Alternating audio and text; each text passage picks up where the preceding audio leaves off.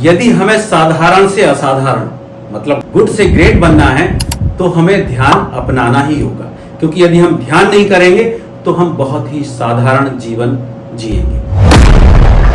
साथियों, यदि आप ध्यान का अभ्यास करेंगे तो ना तो आपके मन में डिप्रेशन आएगी, ना आपको चिंता होगी, ना आपको थकावट होगी। आप एकदम से प्रफुल्लित प्रसन्नचित होकर के पूरे दिन तरोताजा अपने आप को महसूस करेंगे। साथियों, आप कुछ सोचते हैं लेकिन होता नहीं है। इसका कारण यह है कि आपके अंदर जो संकल्प शक्ति है, आपके अंदर जो इच्छा शक्ति है, वो बहुत कमजोर है। ध्यान करने से आपकी संकल्प शक्ति बढ़ेगी और आपने जो भी सपना देखा है वो आपका जरूर पूरा होगा।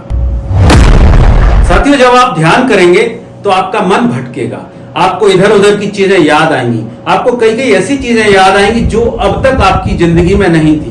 कई व्यक्ति याद आएंगे, कई परिस्थितियां याद आएंगी, लेकिन यदि आप वापस लौट करके अपने ध्यान पर आ जाएंगे तो आप देखेंगे कि धीरे धीरे वो चीजें आपकी जिंदगी से गायब हो रही हैं।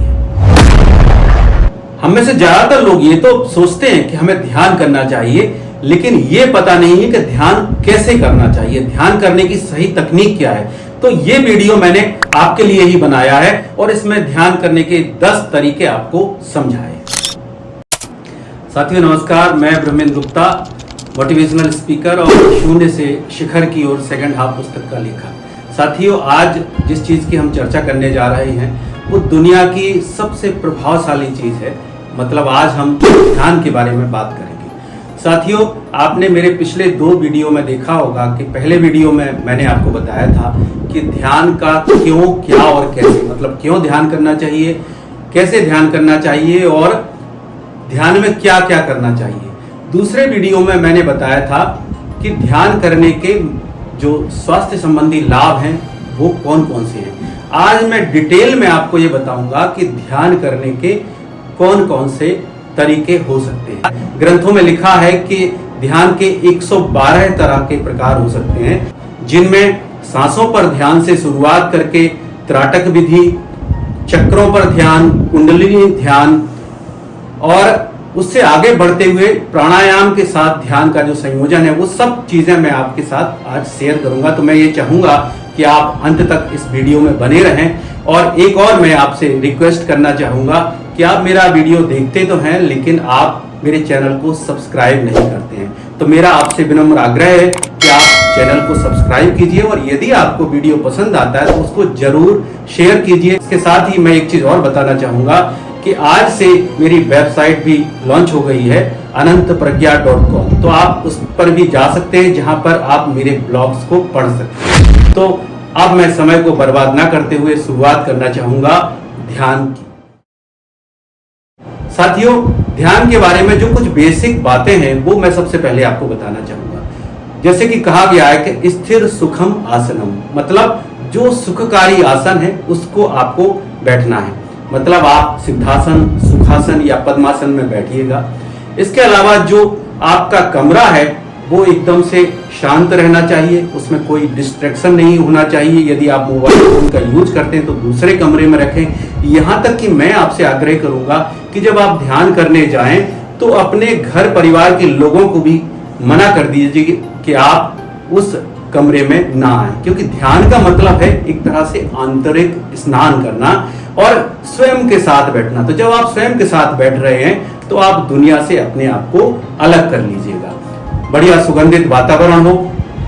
अगली बात जो मैं कहना चाहूंगा वो ये है कि ध्यान का समय निश्चित होना चाहिए, या तो प्रातः काल या सायंकाल आप ध्यान कीजिए और उस समय को आप निश्चित कर लीजिए। ऐसा नहीं है कि आज आपने दोपहर में किया तो फिर कल आप सुबह कर रहे हैं तो परसों आप शाम को कर रहे हैं। तो एक निश्चित समय को तय कीजिए और आप ध्यान करते समय अपने आप को दुनिया से हटा लीजिए।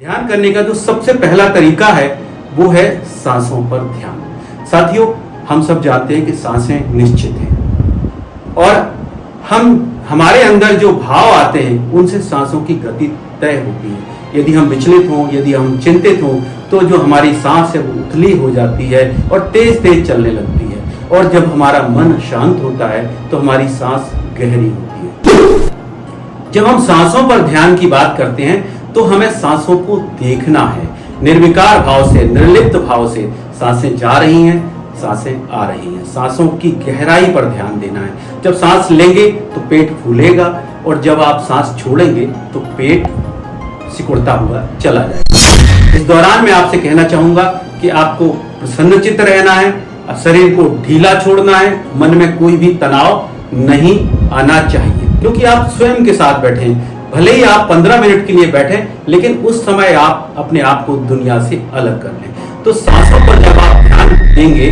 तो मैं आपको एक चैलेंज देना चाहता हूं। मुझे भी पहले नहीं पता था, लेकिन जैसे जैसे सांसों पर ध्यान मैंने शुरू किया तो सांस पर ध्यान करते ही आपकी सारी चिंताएं, जो आपकी मन में व्यग्रताएं हैं, व्याकुलताएं हैं, वो दूर हो जाती हैं, क्योंकि सांस पर ध्यान करते ही आप वर्तमान में आ जाते हैं।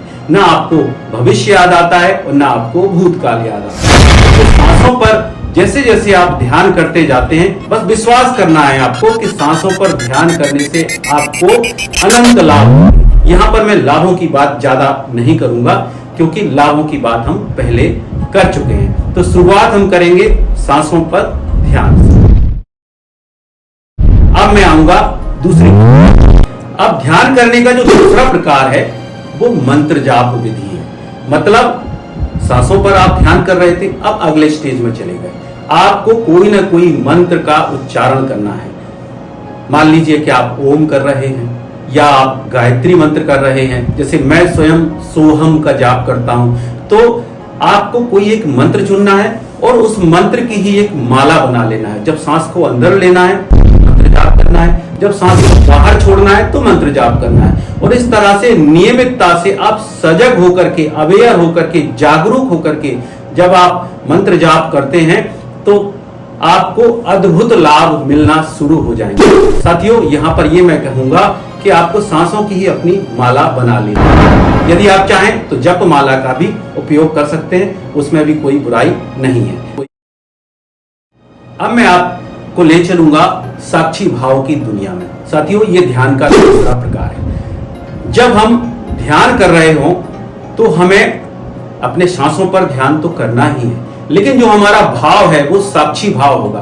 दृष्टा साक्षी भाव भारतीय विद्वानों ने सबसे सुंदर भाव कहा है। इसमें हम ये देखते हैं कि हम अलग हैं और हमारा शरीर अलग है, और हम अपने शरीर को शरीर से बाहर रह करके महसूस करते हैं। इसमें हम जो हमारे मन में विचार आ रहे हैं, जो भावनाएं आ रही हैं, उनको केवल देखते हैं। दृष्टा साक्षी भाव मतलब केवल देखना है, उनके प्रति सजग रहना है, जागरूक रहना है, लेकिन उनमें बहना नहीं है, ना ही उनसे बहकना है, ना भयभीत होना है। केवल उनको देखते जाना है और जैसी है वैसी ही देखना है। अक्सर हम जिंदगी में देखते हैं कि हमारे सामने कोई परेशानी या कोई समस्या आई तो हम उसको बहुत ही बढ़ा चढ़ा करके देखने लगते हैं। तो यहां पर मेरा आपसे अनुरोध है कि जो चीज जैसी है उसको वैसे ही भाव से देखिए, क्योंकि उसको यदि हम बढ़ाएंगे या घटाएंगे तो दोनों ही स्थितियों में हमें कहीं ना कहीं जुड़ना पड़ेगा। तो दृष्टा साक्षी भाव का मतलब है हमें ध्यान करते समय अपने आप को परिस्थितियों से, विचारों से अलग करते हुए केवल सांसों पर ध्यान करना है। अब मैं ध्यान के चौथे प्रकार की आपसे चर्चा करूंगा, जिसे विद्वानों ने त्राटक ध्यान कहा है। त्राटक ध्यान करने का उद्देश्य होता है कि जो हमारी एकाग्रता है वो बढ़े और हमारी आंखें हैं सशक्त बने। तो इसके लिए ज्यादातर सायंकाल का समय उपयुक्त होता है। आपको एक मोमबत्ती या दिए की लौ को अपने से 2 से 3 फीट दूरी पर अपनी आंखों के स्तर पर रखना है और फिर अपलक मतलब बिना पलक झपकाए उसको देखना है। आप देखेंगे कि जैसे जैसे आप देखते हुए चले जाते हैं लौ को, तो कुछ देर बाद जब आप आंख बंद करते हैं तो ऐसा लगता है कि लौ आपकी आंखों के सामने है। तो धीरे धीरे हमें यह महसूस होता है कि हम ही लौ बन गए, मतलब हम ही ज्योति बन गए, जो हमारा की जिंदगी का एक उद्देश्य है। तो जब त्राटक ध्यान करते हैं तो हमारा फोकस कई गुना बढ़ जाता है और हम अपनी आंखों की ज्योति को भी बढ़ता हुआ महसूस करते हैं। अब मैं बात करूंगा ध्यान के 5वें तरीके के ऊपर, जिसे कहते हैं कुंडलिनी जागरण। कुंडलिनी जागरण का मतलब है कि जो हमारे अंदर जो मूलाधार से लेकर सहस्त्रार तक एक ऊर्जा ऊर्ध्वगामी ऊपर की तरफ बढ़ रही है, उसको हम चढ़ते हुए महसूस करते हैं और धीरे धीरे हमारे मन में जो एक अंतर्दृष्टि है वो आना शुरू हो जाती है और ऊर्जा का एक स्तर से दूसरे स्तर, दूसरे स्तर से तीसरे स्तर, इस तरह से सातों जो चक्रों पर से होते हुए जब हमारी ऊर्जा ऊपर की ओर प्रवाहित होती है तो हम अपने आप को शक्ति संपन्न महसूस करते हैं और जो हमारे मन में धारणा है वो बदलती हुई चली जाती है। ध्यान का जो चौथा प्रकार है उसे हम कहते हैं लविंग काइंडनेस, मतलब प्रेम और करुणा का संयोजन करते हुए ध्यान करना। इसमें हम सबसे पहले स्वयं को प्रेम भेजते हैं।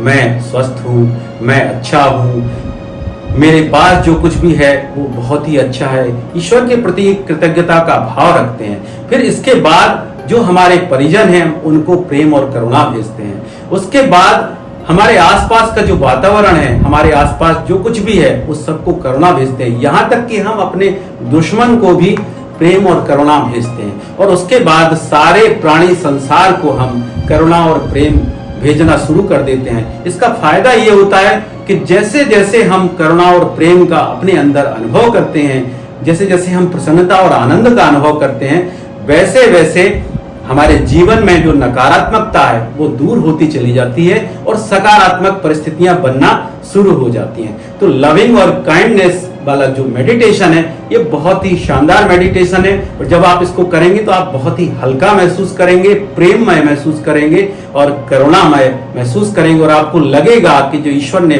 पूरी प्रकृति बनाई है वो हमारे लिए कितनी सुखद है। कोई डिप्रेशन नहीं है, कोई चिंता नहीं है, कोई भय नहीं है और कोई अधैर्य नहीं है। अब हम बढ़ेंगे ध्यान के 7वें प्रकार की ओर, जिसे हम साउंड मेडिटेशन या ध्वनि संबंधी ध्यान कहते हैं। साथियों, हम शुरुआत अक्सर करते हैं सांसों से, फिर हम पूरे शरीर का स्कैनिंग करते हैं।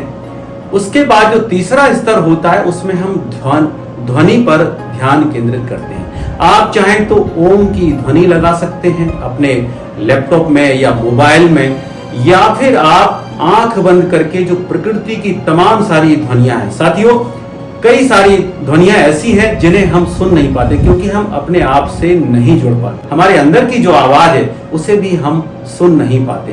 तो ध्वनि मेडिटेशन में हम शांत होकर के बैठते हैं और प्रकृति की जो ध्वनियां हैं उनको सुनते हैं और धीरे धीरे जो हमारे अंदर जो फोकस हमारा खो गया है, जो हम व्याकुल बने रहते हैं, जो हमारा मन इधर उधर बंदर की तरह कूदता रहता है, उन सब से हम बचाव की स्थिति में आ जाते हैं। और खास करके जो लोग संगीत में रुचि रखते हैं उनके लिए ध्वनि मेडिटेशन किसी चमत्कार से कम नहीं है। ध्वनि मेडिटेशन एक ईश्वर का वरदान है। अब मैं ध्यान के 8वें प्रकार की आपसे बात करूंगा। इसे गाइडेड मेडिटेशन कहा जाता है। साथियों, एक तरीका तो वो है कि जो मेडिटेशन आप स्वयं अपने साथ करते हैं उसमें किसी भी बाहरी तत्व की जरूरत नहीं रहती है, जबकि गाइडेड मेडिटेशन एक ऐसा मेडिटेशन होता है जिसमें कल्पना के सहारे, जैसे कि मान लो मेडिटेशन आप कर रहे हैं, आंखें बंद हैं और आपने अपना लैपटॉप या मोबाइल पर जो गाइडेड मेडिटेशन चला रखा है उसमें लिखा है कि आप एक झील के किनारे शांत वातावरण में लेटे हुए हैं, पक्षी चहचहा रहे हैं। तो इसमें जो हमारी कल्पना शक्ति है उसका विस्तार होता है और वो जैसे जैसे गाइड करता जाता है बोलने वाला, हम वैसा वैसा विचार करते हुए चले जाते हैं। इस मेडिटेशन से हमारा तनाव 5-10 मिनट के अंदर ही खत्म हो जाता है। साथियों, मैं सबसे बड़ी बात ये कहना चाहूंगा कि ध्यान करने से जो हमें लाभ होता है वो क्षणिक शांति नहीं होती है, वो एक अनंत काल तक मिलने वाली जो शांति है वो है। तो ध्यान का जो वास्तविक उद्देश्य है वास्तविक आनंद प्राप्त करना, वास्तविक शांति प्राप्त करना और वो चिरस्थायी शांति प्राप्त करना है। अब मैं बात करूंगा ध्यान के 9वें प्रकार की, जिसको चक्र ध्यान कहते हैं। हमारे शरीर में 7 चक्रास हैं, मूलाधार से लेकर सहस्त्रार तक हैं। तो हम इस ध्यान की पद्धति में एक एक चक्र के ऊपर 3 से 5 मिनट रुकते हैं और फिर ऊपर की ओर बढ़ते हुए चले जाते हैं। तो चक्रों पर ध्यान देने से हमारे शरीर में जो चक्रों का असंतुलन है वो खत्म होता है। अब मैं ध्यान के आखिरी प्रकार पर आ गया हूं जो मैं खुद करता हूं। सुदर्शन क्रिया में प्राणायाम और ध्यान का संयोजन किया गया है। श्री श्री रविशंकर जी ने जो सुदर्शन क्रिया का आविष्कार किया है, उसमें उज्जाई और भस्त्रिका प्राणायाम के बाद ओम का उच्चारण और उसके बाद गुरुजी की आवाज में ध्यान कराया जाता है। इस प्रकार के प्राणायाम और ध्यान के संयोजन में मुझे अद्भुत लाभ हुआ है। तो आप भी पहले प्राणायाम कीजिए और उसके बाद जब आप ध्यान करते हैं तो आपका मन स्थिर होता हुआ चला जाता है। साथियों, मैं आपको यह बताना चाहूंगा कि हमें धीरे धीरे ध्यान में रहना सीखना है। जब भी आप ध्यान करेंगे तो आपको ये नहीं है, क्योंकि आपका जो मन है वो विचलित होगा, बार बार आपको कहीं शरीर में खुजली होगी, कहीं पैर में दर्द होगा, कहीं कुछ होगा, कहीं कुछ होगा। लेकिन आपको जब भी आप भटक जाएं, फिर से आप अपनी सांसों पर ध्यान या मंत्र पर ध्यान जो कर रहे हैं उस पर आपको वापस लौट कर मैं आपसे ये कहना चाहूंगा कि ध्यान लगाने की चेष्टा नहीं करना है, ये अपने आप होगा। बस आपको सांसों पर ध्यान या ध्वनि का ध्यान कर रहे हैं तो ध्वनियों पर ध्यान, या आप प्राणायाम कर रहे हैं तो प्राणायाम पर ध्यान करना है। ध्यान तो अपने आप हो जाएगा। साथियों, मैं आपसे अगले वीडियो में ध्यान के जो प्रमुख प्रकार हैं आज की डेट में जो हम लोग देखते सुनते और पढ़ते हैं, एक तो माइंडफुलनेस है, दूसरा विपश्यना है। माइंडफुलनेस के जो प्रणेता हैं वो दाजी, इस समय काफी नाम विख्यात है उनका। इसी प्रकार से जो विपश्यना ध्यान है वो ध्यान की सबसे प्राचीन पद्धति है जिसे महात्मा बुद्ध ने अपनाया था और वर्तमान में सबसे ज्यादा विपश्यना का उपयोग किया जाता है। ओशो इसका उपयोग करते थे, जी कृष्णामूर्ति ने इसका उपयोग किया है। तो मैं विपश्यना के बारे में भी आपसे आगे की वीडियोज में चर्चा करूंगा। इसके अलावा सुदर्शन क्रिया जो श्री श्री रविशंकर जी की है, या फिर जो सदगुरु वासुदेव जी ने संभवी मुद्रा है, इन सब के बारे में आगे की वीडियोस में डिटेल में आपसे चर्चा करूंगा और एक एक के करने का क्या तरीका है, कैसे किया जाता है, उसके क्या क्या लाभ हैं, वो मैं आपको बताऊंगा। साथियों, आपने मेरे इस वीडियो को अंत तक देखा, इसके लिए मैं आपका बहुत बहुत आभार ज्ञापित करता हूं। और यदि आपने चैनल को अब तक सब्सक्राइब नहीं किया है तो प्लीज चैनल को सब्सक्राइब कर लीजिएगा। प्रसन्न रहिएगा, शांत रहिएगा और ध्यान करते रहिएगा। मेरी आपको बहुत बहुत शुभकामनाएं। जय भारत, जय हिंद।